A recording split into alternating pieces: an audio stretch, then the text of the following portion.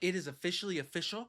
All 10 head coach vacancies in this NFL coaching cycle have been officially filled, and today I am going to rate them based on which ones I like the most and which ones I like the least. So let's get right into it with my least favorite hire. Now, one disclaimer going into this video is this isn't meant to be a ranking of head coach based on skills. Obviously, I think there are coaches that are very skilled that may be lower on the list because of stuff that's out of the control. Example, didn't like coordinator hire, didn't hire a coordinator I wanted, or not a good fit for the team. So just because your coach is lower doesn't mean he's a bad coach necessarily. And at number 10, this is no hate to him, but it's going to Mike McCarthy. He is a great coach overall. This is no hate. He has won a Super Bowl with Aaron Rodgers. He's elevated the Cowboys, especially with Dak Prescott in those years, a couple playoff teams, but he's not the right coach for this Pittsburgh team. Pittsburgh needed a start. They needed a rebuild. They needed a retool. They needed to sort of start from scratch. And by hiring Mike McCarthy, you don't really get to do that. Replacing Tomlin with McCarthy is effectively making no changes at all. McCarthy is going to keep you afloat. You're going to win games. You're probably going to sneak into the playoffs a couple times. But the reality is, this isn't going to change anything for Pittsburgh. This isn't going to move the needle for them. If you were going to go with someone that's the status quo, you might as well just run it back with Tomlin, honestly. So no hate to McCarthy. Definitely like him as a coach. He's going to be good for the Steelers. I just don't think he's what they needed necessarily. Now, there's one caveat to this. If they can find a franchise quarterback under Mike McCarthy, then I think all's forgiven. I don't think Mike McCarthy's taking you over the hump necessarily, but if he can get you to that quarterback, we will call that a win as it is. But as for now, it's my least favorite hire. It doesn't move me. Tomlin to McCarthy just doesn't. Maybe McCarthy to the Titans would move me more because a team that desperately needed the floor raised, but the Steelers didn't. They need the ceiling raised, even if it means potentially losing the floor. So the reality is, Mike McCarthy's my least favorite hire of the cycle. No hate to him. He's going to be good for the Pittsburgh, but he's not what they need. And for the ninth spot, it has to go to Joe Brady. And I like Joe Brady, promising offensive mind. Obviously, we saw a lot to like in Carolina before he got fired. I think there were flashes there, and obviously in Buffalo, he thrived under Josh Allen. But similar to Mike McCarthy, I don't think this is what Buffalo needed. They fired Sean McDermott because they felt like they had reached the ceiling with him. And with Joe Brady, you don't really get the privilege of bringing in a new staff. This is the status quo, honestly. The Bills' offense is going to stay the same, but the reality is Joe Brady has all the stuff I worry about with Sean McDermott, but now I'm not so sure how this defense is going to look next year because Sean McDermott has been covering a lot for this defensive flaws and their lack of talent due to drafting. So this is going to be a real test to see how much of this was Buffalo's management's fault and how much of this was McDermott's fault for the reason they haven't been able to get over the top. We're about to find out if McDermott really was covering up what could have been a far worse defense than what ended up going on in the field. And the reality is, I just don't feel like Joe Brady moves the needle for me. He's going to be a good offensive mind. He's going to do good things for the offense, but the reality is, I'm worried about the defense now, and I don't think it was the major change-up, shake-up they needed in the staff. And for my number 8th spot, it's got to be Todd Monken of the Cleveland Browns. I've been a Todd Monken fan for a couple years now. I wanted him for the Jets a couple times. He's obviously had some promising years.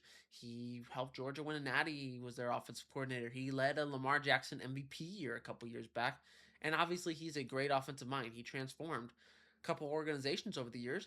And it's not that I necessarily hate it, it's just it's not moving me, honestly, compared to the other hires. I just feel like everyone else above him has a little bit more of a ceiling. Tom Munkin is an older candidate. He's been around for a little while longer. I like what he brings to the offense. I feel like he has a lot of promise, but I feel like the Browns have a long way to go, honestly. It could be a slow burn for them. Obviously, the job was not appealing. That became obvious. We had people pulling out their names. And I think Tom Munkin definitely deserves this shot, but it is going to be an uphill battle for him because of the talent, because of the other issues, and he doesn't necessarily bring something that makes me 100% confident he's going to be able to completely shift what's going on in Cleveland. They're going to lose Jim Schwartz because that fell out really bad. So the reality is it's going to be up to him to build this Cleveland offense. We're going to see if he's able to do it. I think he's a good offensive mind. I think he's got a promising future. Overall, I prefer the other candidates, honestly. For number 7, it's going to be Dolphins' new head coach, Jeff Hafley. Now, I don't love it, but I don't hate it either. It's one of those things where it's like, it feels like it's a lot of moving pieces. This Dolphins job is a tricky one to navigate. You have the Tua situation. You're not like necessarily in cap heaven by any means. You have a lot of work to do. But I feel like he's got some potential. Didn't love him in Green Bay. He did a pretty good job. I mean, I wouldn't call it exceptional or extraordinary by any means, but I mean, he created some respectable defenses of playoff teams over the years, so got to give him credit there. Wasn't great in Boston College, honestly. Didn't blow me away by any means. But I do not hate the staff he built. He hired Bobby Slowick as offense coordinator, and a lot of people are gonna laugh at that one. But I think Bobby Slowick is better than people will give him credit for. He was really promising C.J. Stroud's rookie year. Then the sophomore slump and all that happens. They switched to Crawley, but it's very clear that I don't necessarily think this was all on Slowick what happened in Houston. I think he is a promising young offensive mind that has a future in the league. So I'm not saying it's a guarantee or a slam dunk by any means, but I think it's a solid hire. I think obviously if he can get your defensive flow, he can manage this Tua situation properly, and if Bobby Slowick can get his groove back on offense, Dolphins could be cooking with a little bit of gas here. Now I'm definitely not calling it a slam dunk by any means, because I do have a lot of concerns about him, and he doesn't move me in a lot of aspects. But overall, I'm confident that he has a good shot. I like the foundation and I like what Miami's building. I just prefer the other candidates, honestly. Similar to Todd Monken, it's not that it was necessarily a bad fit. It's a tricky job to navigate for both of these teams, and I just think it's going to be an uphill battle regardless, but I like what I see so far. Solid building foundations. And number 6 is going to be Cardinals head coach Mike LaFleur. Now, this guy has a complicated history if you have been watching closely. In the Jets, he did flash greatness on offense, but he was unfortunately hindered by Zach Wilson and the quarterback play. He looked like he had an elite offense going for a couple weeks when he was led by Mike White and Josh Johnson, guys like that, which is obviously not like ideal to be working with quarterbacks like that. So you got to give him a little credit. He was very creative. He had a lot of pizzazz in his play calling. I definitely gotta respect and admire him for what he did. He definitely got scapegoated and was basically fired so they could bait Aaron Rodgers with Nathaniel Hackett. So not necessarily gonna blame him for how the tenure went down in New York. And then he gets to spend 3 years under Sean McVay. Like I think that's a pretty promising pipeline to go off of. Honestly, he's called plays before, he's learned, and then he gets to go back. He's been with Shanahan, he's been with McVay. He has a nice mix, and I don't necessarily know how he is as a leader because he was definitely a booth OC for the Jets and mostly for the Rams, but he is a great play designer, a play caller. I think he has a lot of flashes there. He has the pieces in the Cardinals offense. They could be great. They have a lot of potential, honestly. Trey McBride is the best tight end in the league. Marvin Harrison hasn't really lived up to the potential just yet, but obviously he is a great talent. And you have Michael Wilson who has flashed a little bit. So it's not like this talent in this Arizona team is buried. He can capitalize on this. He can do this. He is a promising young up and coming offensive mind. Is it a swing for the fences? Probably, but you got to take those kind of swings at the end of the day. I mean, looking at the other candidates they interviewed, Vance Joseph, people like that, I'd much rather take LaFleur. We don't know how he necessarily is as a leader, but we do know he comes from a promising background in play calling from McVay and Shanahan, and he has shown flashes already. So that's more than you can ask for. Is it the best hire of the cycle? No. But is it a terrible hire? Absolutely not. And overall, I'm going to rank it 6 on the list here.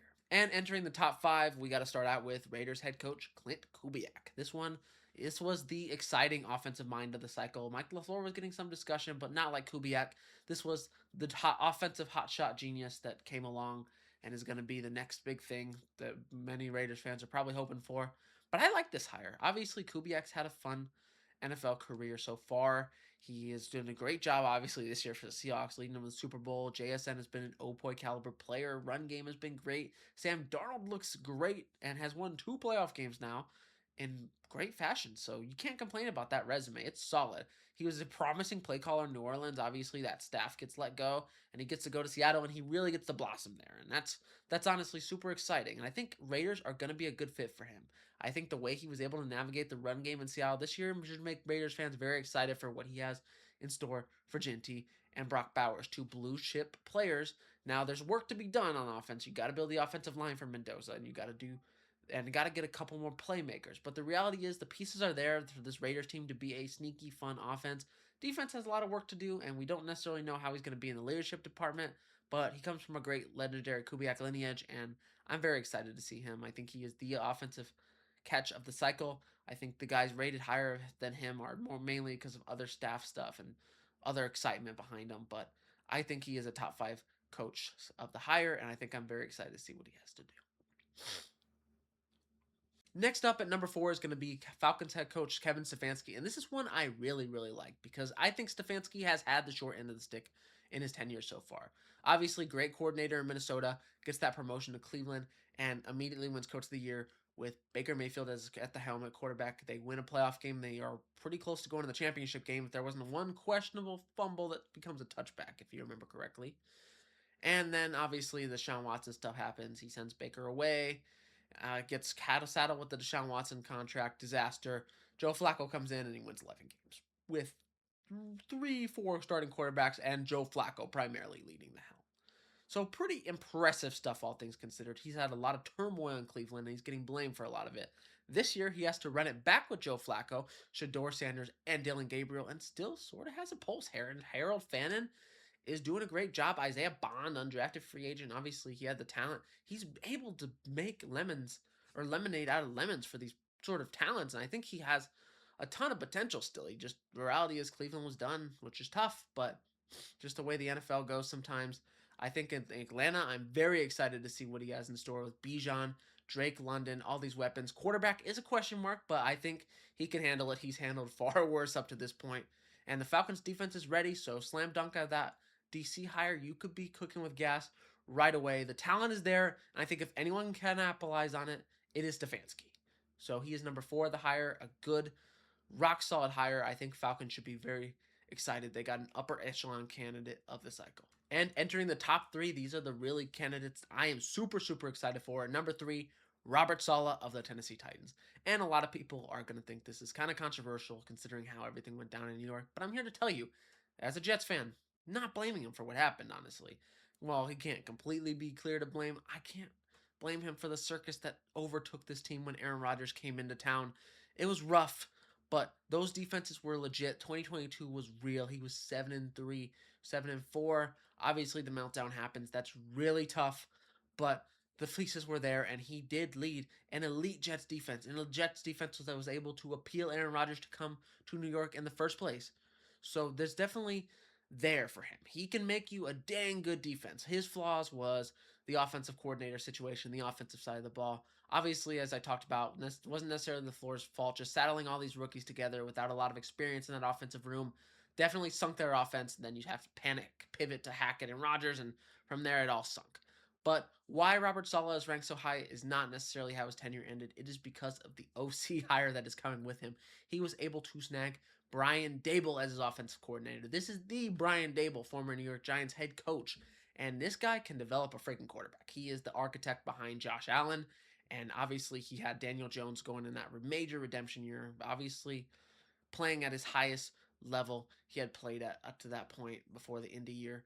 But overall, Brian Daboll is a slam dunk hire for Cam Ward specifically. You're going to be able to develop Cam Ward. Robert Saleh is not going to feel the pressure of having that rookie offense. Daboll is going to be able to handle it and hold it down over there. And overall, they have a ton of money and a big time draft pick to use.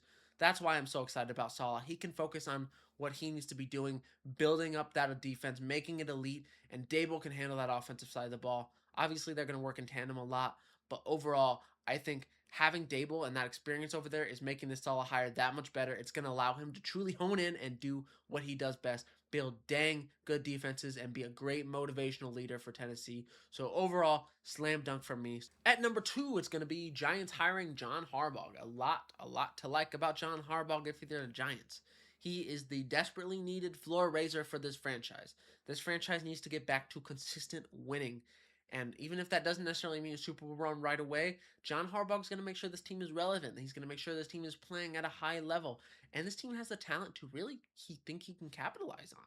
Jackson Dart, Malik Neighbors, Cam Scattaboo, Wan'Dale Robinson if he stays. There's a lot to like about this Giants offense. There's a lot to like about the defense too. You have Abdul Carter, who's hopefully coming into his own. You have Brian Burns, Dexter Lawrence, strong defensive front.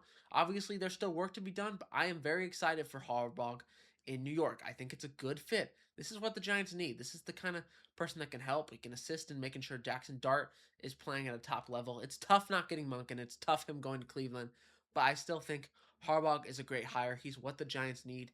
He is the kind of guy that's going to make sure the Giants are relevant. They're going to be playing in meaningful games down the stretch consistently, not just in one magical year like Brian Daboll. I am talking consistent playoff pushes or playoff appearances, getting in rhythm and making sure Jackson Dart is that guy moving forward. I have a lot of faith in John Harbaugh moving forward.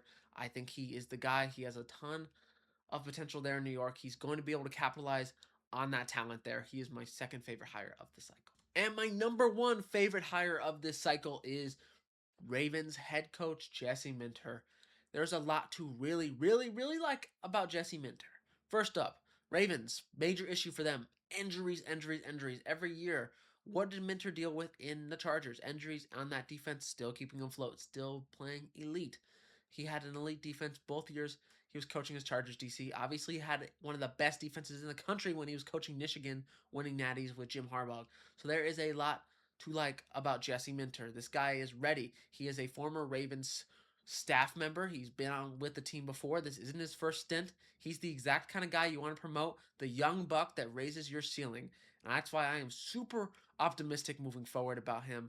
He's going to have this Ravens defense in shape after a rough year. He is the change, the spark they needed going into it. He's had a Chargers defense playing great with okay, solid levels of talent, but not necessarily best defense in the league level talent. But he's had them playing as a top 10 unit consistently. In Michigan, obviously, playing great defense. So there's a lot to like there on the defensive side of the ball, obviously. But what else is super appealing to him and why I put him over John Harbaugh is he was able to poach a Ben Johnson protege in Declan Doyle as his offensive coordinator. Now, that is the definition of a slam dunk. You have this floor raiser, rock solid, defensive minded head coach that's been withered through injuries and adversity in his time in multiple of his stops. He's ready for this. He knows how to coach up men on defense specifically. He's going to be able to make sure this defense is relevant. You mix that with a young Brent Johnson protege in Declan Doyle as your OC. This is a swing for the fences, but oh my gosh, if this works, you're going to have an explosive offense with a future head coach and a elite defense that is able to weather the storm of injuries regardless of what happens on that side of the ball. And you already have Lamar Jackson. It's a great situation overall for him to come into. He's going to be able to coach up this defense, get them in shape, while this young offensive coordinator is going to be able to get his feet wet, get a feel for what he's doing, and get Lamar Jackson to MVP form. This is the kind of thing that keeps Baltimore good for years to come. And overall, this is the exact formula that Seattle just used to make the Super Bowl. Young, upcoming defensive head coach and Mike McDonald, pair him with Clint Kubiak, hotshot offensive mind, figuring it out, and you get elite football. This was a sort of righting of the wrongs for me when the Ravens did not immediately hire Mike McDonald in the first place when he did leave for Seattle. A lot of people said maybe they should have kept him around instead of Harbaugh.